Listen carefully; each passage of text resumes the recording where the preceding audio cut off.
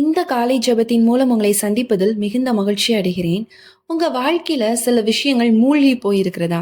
ஒரு காலத்துல நன்றா இருந்த வாழ்க்கை, இன்று ஏன் இப்படி ஆகிட்டு அப்படின்னு யோசித்துக் கொண்டிருக்கிற நபர்களா கூட நீங்க காணப்படலாம். என்னுடைய சந்தோஷம் மூழ்கி போய்விட்டது. என்னுடைய சமாதானம் மூழ்கி போய்விட்டது. என்னுடைய ஆசீர்வாதம் மூழ்கி போய்விட்டது. நான் இழந்தத இனிமேல் திரும்ப பெற முடியாதா? என்ற கவலையோடு இருக்கிறீர்களா? அப்படி என்றால், இன்றைக்கு இந்த மார்னிங் பிரேயர் வந்து உங்களுக்காகத்தான். ஆண்டவர் இன்று இந்த வீடியோ மூலமாக ஆண்டவர் உங்களோடு கூட பேசிக் கொண்டிருக்கிறார். ஏன்னா, மூழ்கி போன ஒரு இரும்ப மிதக்க வைத்த தேவன், மூழ்கி போன உங்களுடைய ஆசீர்வாதத்தையும் மீண்டும் மிதக்க வைப்பார். மீண்டும் உங்களுக்கு கொடுக்க வல்லமை உள்ள தேவனாக அவர் காணப்படுகிறார். இன்று நாம பார்க்க போகும் இந்த சம்பவம் உங்களுடைய வாழ்க்கையை மாற்றக்கூடிய ஒரு சம்பவமாக காணப்படும். தொடர்ந்து இந்த வீடியோ பாருங்க. கர்த்தர் நிச்சயமாய் உங்களோடு கூட பேசுவார்.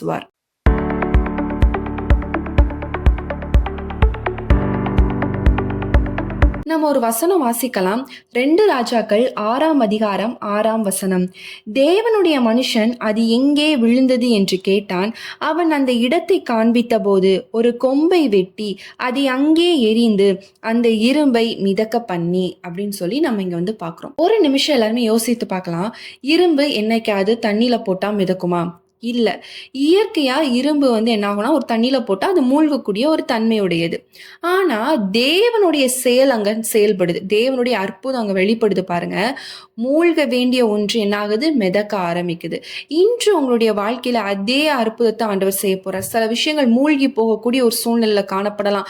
இல்ல ஒரு லோன்ல உங்களுடைய வீடு மூழ்கி போகக்கூடிய சூழ்நிலை காணப்படலாம். இல்ல ஒரு பிரச்சனை நீங்க மாட்டிக்கொண்டு ஒரு மூழ்கி போகிற சூழ்நிலை நீங்க காணப்படலாம். ஆண்டவர் இன்று அந்த மூழ்கிற நிலைமையிலிருந்து உங்களை விடுவிக்க போகிறார். ஒரு விடுதலையை ஆண்டவர் இன்று இந்த வீடியோ பார்க்கிற ஒவ்வொருத்தருக்கும் ஆண்டவர் கட்டளையிட போகிறார். வேதத்துல இருக்கக்கூடிய ஒரு நபரை குறிச்சு நம்ம தியானிக்க போறோம். யார் அப்படின்னு பாருங்க. எலிசா தீர்க்கதரிசியோட காலத்துல நடந்த சம்பவத்தை பற்றி தான் நம்ம டீட்டெயிலா பார்க்க போறோம். அந்த நாள்ல என்ன ஆகும் அப்படின்னா, எலிசாவோட கீழே வந்து தீர்க்கதரிசி வந்து சீஷர்கள் நிறைய பேர் வந்து பயிற்சி பெற்றுட்டு இருந்தாங்க. ஒரு ஸ்கூல் ஆஃப் ப்ராஃபிட்னு வச்சுக்கோங்களேன். இப்போ வந்து இப்போ நிறைய ஸ்கூல்ஸ் இருக்குல்ல, அதே மாதிரி அப்போ அங்கே வந்து ஸ்கூல் ஆஃப் ப்ராஃபிட், அதாவது தீர்க்கதரிசிகளுக்கு என்று பயிற்சி கொடுக்கக்கூடிய ஒரு ஸ்கூல் மாதிரி அங்கே வந்து இருந்து கொண்டு இருந்தது, கற்றுக் கொடுத்து கொண்டு இருந்தார். அப்போ அவங்களுடைய எண்ணிக்கை நாளுக்கு நாள் அதிகரித்து கொண்டே இருந்துச்சு. அப்போ ஒரு நாள் அவர்கள் வந்து எலிசாவிட வந்து என்ன சொல்றாங்க அப்படின்னா, நாங்க தங்கி இருக்கிற இடம் எங்களுக்கு போதல, யோர்தான் நதிகரைக்கு சென்று நாங்க என்ன பண்றோம், மரங்களை வெட்டி வரோம் அப்படின்னு சொல்லிட்டு ஒரு பெரிய இடத்தை கட்டிக்கொள்ள விரும்புறோம் அப்படின்னு சொல்லிட்டு அவங்க எல்லாருமே சொல்றாங்க. அப்ப எலிசாவும் போங்க அப்படின்னு சொல்றாரு. அப்போ அவர்கள ஒருத்தர் என்னதான், நீங்களும் எங்களோடு வாங்க அப்படின்னு சொல்லி கேட்கிறாங்க. எலிசாவும் அவர்களோடு போறாரு. அவங்க எல்லாரும் யோர்தான் நதிக்கரையில மரங்களை வெட்டி கொண்டு இருக்கிறாங்க. அவங்கள ஒருத்தர் தான் மரத்தை வெட்டும் போது எதிர்பாராத விதமாக என்ன ஆகுதுன்னா, அவர் பயன்படுத்தி கொண்டிருந்த அந்த கோடாரி இரும்பு வந்து என்னன்னா நதிக்குள்ள, தடாக் அப்படிங்கிற நதிக்குள்ள என்ன ஆகுது அப்படின்னா விழுறத நம்ம வந்து பாக்குறோம். உடனே அவர் என்ன ஆயிட்டு பதறி போயிட்டாரு. ஏன்னா அது அவருடையது கிடையாது. அந்த கோடாரி அவருக்கு சொந்தமானது கிடையாது. அவர் கடன் வாங்கியது. அதனாலதான் அவர் என்னன்னா, எப்படியாவது வந்து இந்த இது கடன் வாங்கியது அப்படின்னு சொல்லி அவர் வந்து ஃபீல் பண்றதை நம்ம அங்க வந்து பார்க்கிறோம். இங்க ஒரு விஷயத்த கவனிங்க. அவன் கோடாரியை இழந்ததற்காக மட்டும் அழல, அதை திருப்பி கொடுக்க முடியாத ஒரு நிலைமை வந்துருச்சே அப்படின்னு சொல்லி அழுறார். இப்போ கோடாரி மூழ்கி போனாலும் அது எடுக்க முடியாதே, அதை திருப்பி என்னால கொடுக்க முடியாதே அப்படிங்கிற ஒரு சூழ்நிலை இருந்து அவர் வந்து ஃபீல் பண்றதை நம்ம பார்க்கிறோம். இதுதான் அவருக்கு ஒரு பெரிய இழப்பாக காணப்பட்டது. அதே போலதான் இன்று நம்ம சிலர் வந்து நம்ம இருக்கிறோம். நம்மளுடைய வேலையை நம்ம இழந்து விட்டு ஒரு கொஷின் மார்க்கா இருக்கலாம். எப்படி வந்து அவர் ஒரு இடத்துல இருந்து கோடாரியை வாங்கி அதை தண்ணியில போட்டு திருப்பி கொடுக்க முடியாத ஒரு சூழ்நிலை, கொஷின் மார்க்கார் என்னால திரும்பி கொடுக்க முடியாதே அப்படிங்கிற ஒரு சூழ்நிலை இருக்காரோ, அதே மாதிரி இன்றும் சிலர் வந்து இருக்கிறோம். எனக்கு இந்த வேலையை நான் இழந்துட்டேனே, என்னுடைய பிசினஸ் வந்து மூழ்கி போயிருச்சு, என்னுடைய உறவு வந்து உடைந்து போய்விட்டது, ஒரு காலத்துல நான் நல்லா ஜெபிச்சேன், இப்ப என்னால ஜெபிக்க கூட முடியலையே, என்னால நான் சந்தோஷமா இருக்கணும்னு நினைக்கிறேன், என்னுடைய சந்தோஷம் என்னை விட்டு ரொம்ப நாள் ஆச்சு, பறி போய் விட்டது அப்படிங்கிற மாதிரி ஒரு சூழ்நிலை நீங்க இருக்கலாம். கண்ணீரோடு வாழ்கிற ஒரு சூழ்நிலை கூட நீங்க இருக்கலாம். அவங்களும் இதே மாதிரிதான் அந்த இடத்துல மூழ்கிட்டனால திரும்ப கொடுக்க முடியாதுன்னு சொல்லி அந்த நபரும் அங்க ஃபீல் பண்ணிட்டு இருக்க டைம்ல என்ன ஆகுது அப்படின்னு பாருங்க. அந்த சீசன் அழுதுட்டு இருக்கும் போது எலியா ஒரு கேள்வி கேட்கிறாரு. அது எங்க விழுந்தது அப்படின்னு தான் கேட்கிறாரு. எவ்வளவு ஒரு அந்த கொஸ்டினை நல்லா நீங்க டீப்பா பாருங்க. எங்க விழுந்தது அவ்வளவுதான் கேட்டார் கொஸ்டின். எங்கே விழுந்தது என்று கேட்டான். அதான் அங்க பாக்குறோம். ஆண்டவரும் இன்று தான் கேட்கிறார், நீ எங்க இழந்த? உன்னோட ஆசீர்வாதத்தை நீ எங்க விட்ட? எப்போ நீ இழந்த? எந்த சூழ்நிலை இழந்த? அப்படிங்கிறத இன்று தேவனும் உங்களிடத்துல கேட்டுக்கொண்டு இருக்கிறார். நீ எங்க உன் சமாதானத்தை இழந்த? எங்க உன் சந்தோஷத்தை இழந்த? எங்க உன் ஜெப வாழ்க்கை இழந்த? எந்த இடத்துல உன்னோட விசுவாசத்தை நீ இழந்த? அப்படின்னு சொல்லி ஆண்டவர் இன்று உங்களிடத்துல கேட்டுக்கொண்டு இருக்கிறார். அந்த சீஷன் என்ன பண்றாரு அப்படின்னா, அந்த விழுந்த இடத்த காமிக்கிறார். நான் இங்கதான் போட்டேன் அப்படின்னு சொல்லி, இங்கதான் விழுந்தது தவறி அப்படின்னு சொல்லி சொல்றாரு. அப்புறம் எலிசா வந்து ஒரு குச்சை போடுறாரு. அது தண்ணியில போட்ட உடனே என்ன ஆகுது அப்படின்னா, ஆச்சரியமான விஷயம், இரும்பு வந்து மேல மிதக்க ஆரம்பிக்குது. மனிதர்களின் கணக்குப்படி யாராவது நீச்சல் அடித்து அங்க அடியில போய் தேடினா மட்டும் தான் என்ன ஆக முடியும், அந்த கோடாரி எடுக்க முடியும். ஆனா தேவன் போடுற திட்டம் வேற. மனுஷங்களோட நம்மளுடைய ஆலோசனை வேற, தேவனுடைய ஆலோசனை வேற அப்படிங்கிறது இந்த ஒரு சிச்சுவேஷன் என்ன பண்ணுது அப்படின்னா நம்மளுக்கு கற்றுக் கொடுக்குது. ஒரு குச்சி தண்ணியில போடப்பட்டதும் அடுத்த நொடியில மூழ்கி போன அந்த இரும்பு, ஒரு வெயிட்டான ஒரு இரும்பு, அந்த ராடு மேல வருது அப்படின்னா அது எவ்வளவு பெரிய ஒரு விஷயம்னு பாருங்க. அப்போ ஆண்டவர் செய்கிற ஒரு மிராக்கிள் வந்து அதிசயமா இருக்கும். ஒருத்தரோட லைஃப்ல ஒரு விதமா ஆண்டவர் அற்புதம் செய்தார்னா, இன்னொருத்தரோட லைஃப்ல இன்னொரு விதமா இருக்கும். அது ஆச்சரியப்படுற விதமாக அது காணப்படும். இந்த நிமிடம் எல்லாரும் யோசிப்போம். ஒரு இரும்ப மிதக்க வச்ச தேவன் நம்மளுடைய வாழ்க்கையில இந்த அற்புதத்தெல்லாம் செய்ய மாட்டாரா? ஒரு மூழ்கி போகிற இந்த சூழ்நிலையை சரி பண்ண மாட்டாரா? அவரை கொஞ்சம் யோசிச்சு பாருங்க. இந்த ஒரு இரும்ப மிதக்க வச்ச தேவன் என்னுடைய வாழ்க்கையில அற்புதம் செய்ய மாட்டாரா அப்படின்னு யோசிச்சு பாருங்க. கண்டிப்பா செய்வார். ஆண்டவர் உங்களுடைய வாழ்க்கையில மூழ்கி போன ஆசீர்வாதமாக எதுவாக வேணாலும் இருக்கலாம், ஒரு கனவாக இருக்கலாம். நிறைய நீங்க கனவு கண்டு வச்சிருக்கலாம் உங்களுடைய வாழ்க்கையை குறிச்சு. உங்களுடைய திருமணம் வந்து ஒரு மூழ்கி போன ஒரு சூழ்நிலை காணப்படலாம். உங்களுடைய ஊழியமா இருக்கலாம், பொருளாதாரமா இருக்கலாம். ஆனால் இன்று அது எல்லாவற்றையும் மீண்டும் மிதக்க வைக்க போகிறார். அதை திரும்ப நீங்க பெற போறீங்க. ஆண்டவர் நிச்சயமாக உங்களோடு கூட இருக்கிறார். அவர் இன்னும் ஜீவிக்கிறார். இன்னும் நம்ம மத்தியில வாசம் செய்து கொண்டு இருக்கிறார். அந்த ஆசீர்வாதம் எல்லாவற்றையும் இயேசுவின் நாமத்தினால் நீங்க சுதந்திரித்துக் கொள்ள போகிறீங்க. ஏன்னா நம்ம எல்லாருமே நினைக்கிறது என்னன்னா, இப்படியே அவ்வளவுதான் ஓகே அப்படின்னு சொல்லிட்டு அப்படியே நம்ம செட்டில் ஆயிருவோம். இப்படியே ஆயிரும். அந்த அந்த ஒரு விசுவாசம், அந்த அளவு கடந்த விசுவாசம் நம்மளுக்குள்ள என்ன ஆகாது அப்படின்னா பெருகாது. ஏன்னா இது நடக்காது இருந்துன்னா ஓகே நெக்ஸ்ட்ன்னு போகிற ஆளா நம்ம வந்து மாறிடுவோம். ஆனா இன்று மனிதர்களால முடியாத ஒரு விஷயத்த தேவனால் முடியும் அப்படிங்கறத ஆண்டவர் இன்றும் நிரூபித்துக் கொண்டு இருக்கிறார். அநேகருடைய வாழ்க்கையில அற்புதம் செய்து கொண்டு இருக்கிறார். ஏன்னா நான் இங்க ஒரு சாட்சியை சொன்னேன்னா உங்களுக்கு இன்னும் வந்து ரொம்ப ஒரு ஆச்சரியமா இருக்கும். நேற்று வந்து ஒரு சிஸ்டர் வந்து ஒரு சாட்சி எங்கள்கிட்ட வந்து ஷேர் பண்ணாங்க. என்ன அப்படின்னா, அவங்க நம்ம கிட்ட வந்து ஜெபக்குறிப்பா வந்து அவங்களுடைய கழுத்து பகுதியில ஒரு கட்டி இருக்கு. அந்த கட்டிக்காக நீங்க ஜெபிங்க அப்படின்னு சொல்லி சொன்னாங்க. அவங்க ட்ரீட்மெண்ட் வந்து நம்மட்ட ஜெபக்குறிப்பு சொன்னதுக்கப்புறம் அவங்க நான் மெடிசின்ஸ் எதுவுமே எடுத்துக்கல அப்படிங்கிற ஒரு விஷயத்தையும் சொன்னாங்க. அப்போ நாங்களும் ஜெபிக்கிறோம், அவங்களும் ஜெபிக்கிறோம். அவங்களுக்காக சில ஆலோசனைகள் சொல்றோம். அவங்களும் ஜெபிக்கிறாங்க, நாங்களும் ஜெபிக்கிறோம். ஆண்டவர் என்ன பண்றாரு பாருங்க, அற்புதமாக இம்பாசிபிளான ஒரு விஷயத்த ஆண்டவர் பாசிபிள் ஆக்குறாரு. அவங்களுடைய கட்டி அற்புதமாக மறைய ஆண்டவர் உதவி செய்றார். அந்த கழுத்து பகுதியில் நல்ல ஒரு சுகத்தை ஆண்டவர் கொடுத்தார். அதேதான், அதாவது இம்பாசிபிள் ஆனதை பாசிபிள் ஆக்க முடியும் ஆண்டவரால. நம்ம ஜெபிக்கிற ஜெபம் அதை மாற்ற முடியும். ஆண்டவரால் அற்புதம் செய்ய முடியும். அவங்க மெடிசின்ஸ் எடுக்காத போதிலும் ஆண்டவர் என்ன பண்ணாருன்னா அற்புதமான ஒரு சுகத்தை ஆண்டவர் கட்டளையிட்டார். நம்மளுடைய ஊழியத்துல ஒரு பெரிய அற்புதத்தை நாளுக்கு நாள் அநேகருடைய சாட்சிகள் நாங்க கேட்கும்பொழுது ரொம்ப ஆச்சரியமா இருக்கு. நிறைய பேர் சொல்றாங்க, எங்களால ஜெபிக்கவே முடியல, ஆனா நீங்க சில ஆலோசனைகள் சொல்றீங்க, நீங்க ஜெபிக்கிறீங்க, இதன்படி இப்ப நான் வந்து நல்ல இன்ட்ரெஸ்டடா நான் ஜெபிக்கிறேன், எனக்கு நல்ல ஆர்வம் இருக்கு அப்படின்னு சொல்லி நிறைய சாட்சிகள் எங்களுடைய காதுகள் கேட்க ஆண்டவர் உதவி செய்கிறார். ஏன் ஆண்டவர் இன்றும் ஜீவிக்கிறார், இன்றும் அற்புதம் செய்கிறார். அவருடைய வார்த்தை எங்கெல்லாம் சொல்லப்படுகிறதோ அந்த இடத்துல ஃபுல்லா அற்புதங்கள் நடக்குது, அதிசயங்கள் நடக்குது. இன்று உங்களுடைய வாழ்க்கையில நடக்கலாம். ரீசெண்டா இப்போ நம்ம போட்ட புதன்கிழமை நம்மளுடைய மோசஸ் மினிஸ்ட்ரி சேனல்ல போட வீடியோஸ்ல கூட பாருங்க, நீங்க கமெண்ட்ஸ்லேயே பாருங்களேன், நிறைய பேர் சாட்சி சொல்லியிருப்பாங்க. அதாவது சாகணுங்கிற எண்ணத்துல இருக்கும் பொழுது ஆண்டவர் இந்த செய்தி வந்து எங்களுடைய காதுகளை கேட்கும் போது தேவன் பேசுற வார்த்தை என்ன ஆகுது அப்படின்னா, இந்த எண்ணத்தை மாற்றி நாங்க இன்று ஜீவனோடு இருக்கோம்னா அது ஆண்டவரோட கிருபை. இந்த வார்த்தை கரெக்டான நேரத்துல வந்ததுன்னு சொல்லி அநேகர் சாட்சி சொல்லிட்டு இருக்காங்க. ஏன் அப்படின்னு நான் இதெல்லாம் சொல்றேன் அப்படின்னா, தேவனுடைய வார்த்தை ஜீவன் உள்ளது, அது கிரியை செய்யக்கூடியது. இன்று உங்களுடைய வாழ்க்கையில இந்த வீடியோ நீங்க பார்த்துட்டு இருக்கீங்கன்னா அது கிரியை செய்ய போகிறது. நீங்க இழந்த மூழ்கி போன எல்லாவற்றையும் நீங்க திரும்ப பெற போறீங்க இயேசுவின் நாமத்தினால ரைட் நவ. ஆமா, இந்த நேரத்துல ஒரு பிரதர் வந்து உங்களுடைய பிசினஸ்ல நீங்க ரொம்ப அடி வாங்கி நீங்க இழந்து போய் நீங்க பார்த்து கொண்டிருக்கிறீங்க.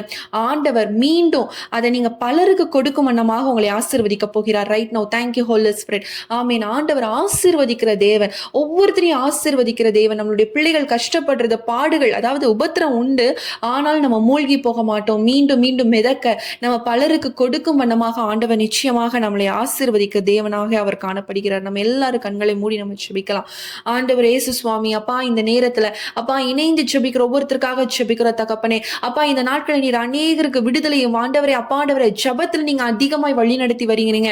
நல்ல ஆவிக்குரிய வாழ்க்கைகள் அப்பா, நான் தரிசனங்களை பார்க்கிறேன், தேவன் என்னோடு கூட பேசுகிறாங்கிற சாட்சிகளை கேட்க உதவி செய்கிறீர். இன்னும் நீங்க எடுத்து பயன்படுத்துங்க ஆண்டவரே. அப்பா இந்த நேரத்தில் ஜெபிக்கிற ஒவ்வொருத்தருடைய ஆவிக்குரிய கண்கள் திறக்கப்படணும். இழந்து போன எல்லாவற்றையும் அவங்க திரும்ப பெறட்டும் இயேசுவே நாமத்தினால. அவங்களுடைய வாழ்க்கையில் அநேக காரியங்கள் மூழ்கி போய்விட்டது. நான் நல்லா இருப்பேன்னு சொல்லி நான் ஒரு விஷயத்தை ஸ்டார்ட் பண்றேன், ஆனா அது எனக்கு இன்னும் லாஸாகவே மாறுது என்று சொல்லி நீங்க ஜெபித்து கொண்டிருக்கிறீங்க. ஆண்டவர் அந்த தோல்வி வெற்றியாய் மாற்றப் போகிறார், ஜெயமாய் மாற்றப் போகிறார் இயேசுவி நாமத்தினால். இயேசுவி நாமத்தினால் ஒரு விடுதலை உண்டாகுகிறது. ஓ ரிகா பலாரபா ரிஷிகா பாபா பாபா, எல்லா தடைகளும் உடைக்கப்படுகிறது. உங்களுடைய வாழ்க்கையில அநேக தடைகள் சிறையிருப்புகள் போன்ற உங்களுடைய வாழ்க்கை காணப்படுகிறது.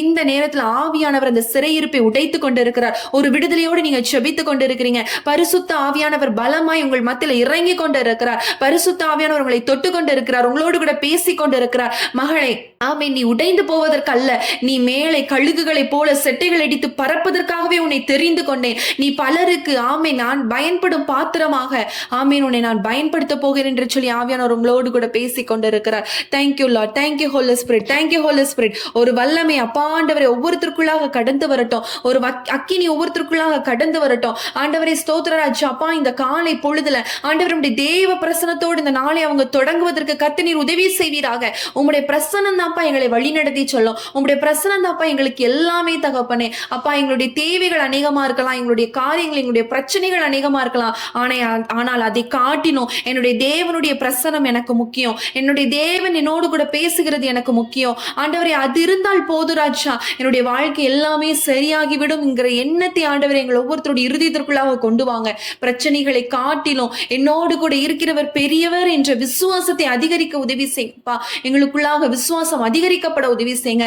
நாங்க மூழ்கி போனாலும் என் தேவன் எங்களை மீண்டும் எழுப்புவீர், எங்களை மீண்டும் நடக்க வைப்பீர், மீண்டும் பலருக்கு கொடுக்க வைப்பீர் ராஜா. பலருக்கு கொடுக்கும்படியாக கர்த்தர் நீர் எங்களை ஆசீர்வதிப்பீர். ஆண்டவரே உம்முடைய ஆசீர்வதிக்கும் கரம் ஒருபோதும் குறுகி போவதில்லை ராஜா, ஒருபோதும் குறுகி போவதில்லை. கர்த்தர் நீர் எங்களை ஆசீர்வதிக்கிறவர், எங்களை ஆண்டவரை நடத்துகிறவர், எங்களை பலப்படுத்துகிறவர். பலவீனத்தோடு பார்த்து கொண்டிருக்கிறவர்கள் இருப்பார்கள், ஆனால் இயேசு சுவாமி ரைட் நவ இந்த நேரத்தில் ஒரு விடுதலை உண்டாவதாக. அப்பா ஒரு புது பலம் இறங்கட்டும் ஆண்டவர். ஒரு காலத்துல நான் எவ்வளவு ஓடி ஓடி வேலைகள் செய்தேன், ஆனா இப்போ என்னால செய்ய முடியல. என்னுடைய எலும்புகள் நரம்புகள் எல்லாம் ஒரு பலவீனத்தோடு நான் காணப்படுறேனே என்று சொல்லி ஜெபித்துக் கொண்டிருக்கலாம். தேவனுடைய கரம் தொடுவதாக. அப்பா ஒவ்வொருத்தருடைய பலவீனங்கள் மாறட்டும் ராஜா, ஒரு புது பலன் இறங்கட்டும் ராஜா. அவர்களுக்குள்ளாக ஒரு புது வல்லமை இறங்க வேண்டுமாறு ஜெபிக்கிற தகப்பனே இயேசு சுவாமி. அப்பா உம்முடைய கரம் ஒவ்வொருத்தரையும் தொடுவதாக ராஜா. ஒரு விடுதலை, ஒரு அற்புதம் ஆண்டவரை ஒவ்வொருத்தருடைய வாழ்க்கையிலும் காணப்பட உதவி செய்வீராக. தேவனுடைய பிரசனம் ஒவ்வொருத்தரோடு கூட இருந்து தாங்கி வழி நடத்தி சொல்லட்டும் தகப்பனே. இந்த நாள் முழுதும் உடைய கிருபை கூட வழி நடத்துங்க ராஜா. அப்பா எங்கள் மத்தியில உலாவுகிற தகப்பன், எங்கள் மத்தியில உலாவுகிற தகப்பன் நீர் எங்கள் மத்தியில அசைவாடி கொண்டே இருப்பீராக. நாங்க எங்கு சென்றாலும் எந்த இடத்துல இருந்தாலும் தேவ பிரசனம் எங்களை தாங்கட்டும், தேவ தொடுதல் எங்களை வழி நடத்தட்டும். யாரோடு என்ன பேசணுங்கிற ஞானத்தை கொடுங்கப்பா. அப்பா வாயின் வார்த்தையில நாங்க கவனமாக இருக்க உதவி செய்யுங்க. அப்பா ஆண்டவரை சிலருக்கு என்னுடைய வாயினாலேயே பிரச்சனைகள் வந்து கொண்டு இருக்குது, நான் கேஷுவலா பேசுற விஷயங்கள் பிரச்சனையாக மாறுகிறது என்று சொல்லி ஜெபித்து கொண்டு இருக்கலாம். என் தேவன் ஆண்டவரே ஒரு விசையாக ஆண்டவரே ஸ்தோத்திரம் ஆண்டவரே. இதனால பிரச்சனையை சந்திக்கிற ஒவ்வொருத்தருக்காக ஜெபிக்கிறோம் ஆண்டவரே. அவர்கள் நாவோடு நீர் இருப்பீராக ஆண்டவரே ஸ்தோத்திரம். நீர் பேசுவீராக, ஞானத்தோடு நடந்து கொள்ள உதவி செய்யுங்க. வேண்டிய விவேகத்தை நீர் கொடுப்பீராக ராஜா. எப்படி நடந்து கொள்ளணுங்கிற ஞானத்தை அறிவை நீர் கொடுக்க வேண்டுமா ஜெபிக்கிற தகப்பனே. போக்கிலும் வரத்திலும் எல்லாவற்றும் நம்முடைய கிருபை கூட இருந்து தாங்கட்டும் ராஜா. அப்பா ஆண்டவரே ஸ்தோத்திர ராஜா. இந்த நாட்களிலும் தகப்பனே திருமணத்திற்காய் காத்திருக்கிறவர்களுக்காக ஜெபிக்கிறோம். விசேஷமாக இந்த திருமண தடைகள் உடைக்கப்படட்டும் ராஜா. ஆண்டவர் அவருடைய காரியங்கள் வாய்க்கட்டும். ஏற்ற மணவாளனை மணவாட்டியை நீர் கொடுத்து ஆசீர்வதிப்பீராக. அப்பா வயதாகி கொண்டே இருக்கிறதே என்று சொல்லி கவலையோடு அவங்களுடைய ஏக்கத்தை நீங்க அறிகிறீங்க. அந்த காரியங்கள் எல்லாவற்றையும் நேர்த்தியான நேரத்துல கர்த்தர் நீர் செய்து கொடுங்க. உம்முடைய சித்தத்தை அவங்க அறிந்து கொள்ள உதவி செய்யுங்க. உம்முடைய சித்தத்தை அறிந்து கொள்ள உதவி செய்யுங்க. உம்முடைய வெளிப்பாடுதலை அவங்க உணர்ந்து கொள்ளணும் ராஜா. ஆண்டவரை நீர் பேசுகிறது ஆண்டவரை, இதுதான் தேவனுடைய சத்தம், இதுதான் ஆண்டவரை பிசாசனுடைய சத்தம் அறிந்து கொள்ளக்கூடிய பகுத்தறியக்கூடிய ஞானத்தை நீர் கொடுத்து அப்பா நீங்க வழிநடத்தி செல்ல வேண்டுமா ஜெபிக்கிறோம். ஆண்டவரே அவங்களுக்கு நீங்க ஏற்ற துணையை கொடுத்து ஆசீர்வதிக்க போகிறீர், அதற்காக உமக்கு ஸ்தோத்திரம். ஆண்டவரே இந்த வீடியோ பார்த்து கொண்டு இருக்கிற ஒவ்வொருத்தருடைய குடும்பத்தை கர்த்தர் ஆசீர்வதிக்க போகிறீர். ஒருவேளை ரட்சிக்கப்படாத நபர்களாக இருப்பார்களானால் அவங்களுடைய குடும்பத்தை கர்த்தர் நீங்க ரட்சிக்கப்பட போகிறீங்க, ஆசீர்வதிக்க போகிறீங்க, அதற்காக உமக்கு ஸ்தோத்திரம். ஆண்டவரே உம்முடைய நாம மகிமைப்படட்டும். தாழ்த்தி ஒப்பு கொடுத்து ஜெபிக்கிறோம். இயேசுவின் நாமத்தில் ஜெபிக்கிற நல்ல பிதாவே, ஆமீன். என் ஆத்துமாவே கர்த்தரை ஸ்தோத்திரி, என் முழு உள்ளமே அவருடைய பரிசுத்த நாமத்தை ஸ்தோத்திரி. என் ஆத்துமாவே கர்த்தரை ஸ்தோத்திரி, அவர் செய்த சகல உபகாரங்களையும் மறவாதே, ஆமேன். இந்த நாளிலும் ஆண்டவர் மூழ்கி போல உங்களுடைய ஆசீர்வாதங்களை கர்த்தர் திரும்ப உங்களுக்கு கொடுப்பார். நிச்சயமாக இந்த வார்த்தை நீங்க அதிகமாக தியானிங்க, இந்த சம்பவத்தை தியானிங்க. ஆண்டவர் அந்த ஒரு குச்சியை போட்டதும் அந்த கோடாரி இரும்பு மிதக்க உதவி செய்த ஆண்டவர் உங்களுடைய வாழ்க்கையில செய்ய அவர் எவ்வளவு நேரம் ஆகும், ஒரு நிமிடம் கூட தேவையில்லை. ஆண்டவர் பார்த்தாலே போதும், எல்லா காரியங்களும் நேர்த்தியாக நடக்கும். அந்த விசுவாசத்தோடு இருங்க. ஆண்டவர் என்னுடைய வாழ்க்கையில செய்யற எல்லாமே நன்மைக்கு, நான் எழுந்த எல்லாவற்றையும் ஆண்டவர் எனக்கு திரும்பி கொடுக்கவும் வல்லவராக இருக்கிறார் அப்படிங்கிற ஒரு விசுவாசத்துல நடங்க. கர்த்தர் நிச்சயமா உங்களை ஆசீர்வதிப்பார். இந்த ஜெப வீடியோ உங்களுக்கு ரொம்ப பிரயோஜனமாக இருந்துச்சு அப்படின்னா கண்டிப்பா நீங்க கமெண்ட் செக்ஷன்ல சொல்லுங்க. உங்களுக்கு ஜெப குறிப்புகள் இருக்கும் அப்படின்னா ஸ்கிரீன்ல தெரியக்கூடிய வாட்ஸ்அப் நம்பருக்கு மெசேஜ் பண்ணுங்க, இல்லைன்னா கால் பண்ணுங்க. கண்டிப்பா நாங்கள் உங்களுக்காக ஜெபிக்கிறோம். மீண்டும் உங்களை அடுத்த ஒரு பிரேயர் வீடியோல சந்திக்கிறேன். கர்த்தர் உங்களை ஆசீர்வதிப்பாராக. ஆமேன்.